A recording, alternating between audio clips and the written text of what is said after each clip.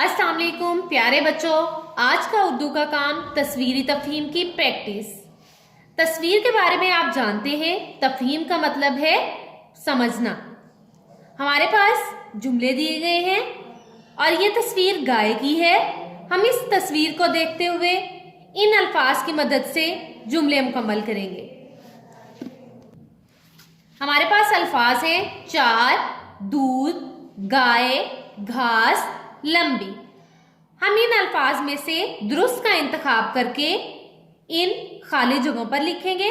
तो हमारे पास पहला जुमला है, ये एक डैश है। तो अल्फाज की तरफ देखें, चार, दूध, गाय, घास, लंबी।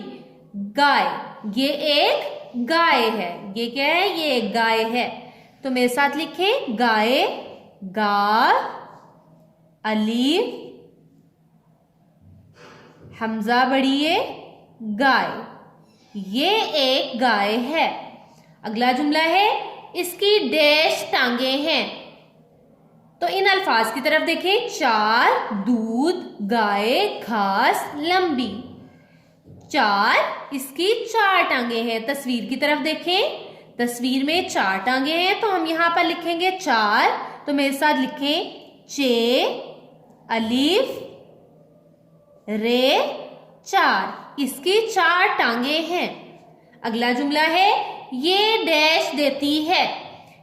इन अल्फाज की तरफ देखें, चार, दूध, गाय, घास, लंबी। घास नहीं, गाय क्या देती है? दूध। तो हम यहां पर लिखेंगे दूध, दाल, वाओ, धे, दूध। ये दूध देती है।